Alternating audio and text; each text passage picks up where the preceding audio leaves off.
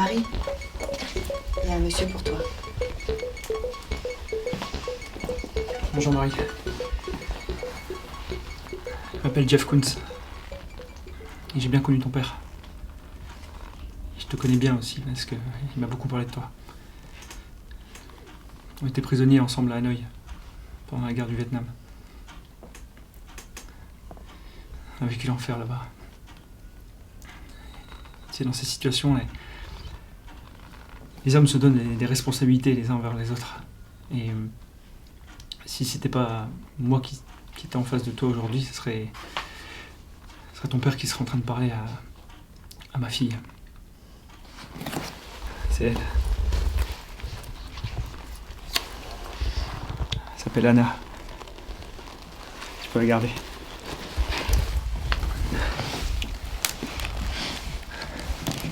J'ai quelque chose pour toi.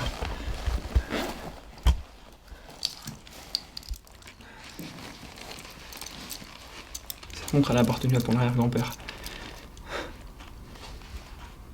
Il l'a achetée juste avant de partir pour la Première Guerre mondiale. Elle est importante pour lui parce que pendant cette guerre, sous les éclats d'obus, dans les tranchées de Verdun à la Forêt-Noire, c'était son meilleur ami.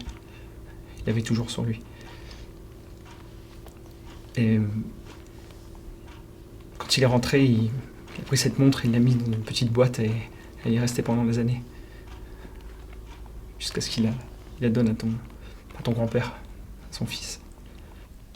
Ton grand-père, il a eu moins de chance que ton arrière-grand-père. Il est mort pendant la Seconde Guerre mondiale. Et 3 jours avant l'assaut qu'il a vu disparaître, il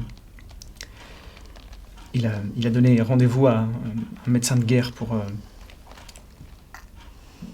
lui demander en fait s'il pouvait remettre cette montre à ta grand-mère s'il n'en sortait pas.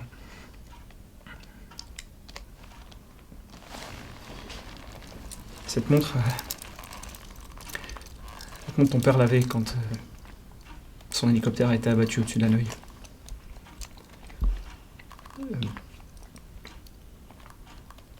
Il savait que les niaques lui confisqueraient s'il la trouvait.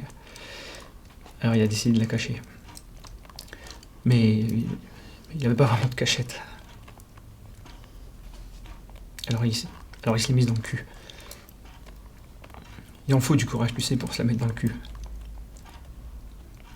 Il voulait surtout pas qu'on touche à ton héritage. Et juste avant de mourir de la dysenterie, il m'a remis cette montre et moi aussi, à mon tour, je la suis mise dans le cul. Après 7 ans, je suis rentré chez moi, j'ai revu ma famille et aujourd'hui je suis là pour te la remettre.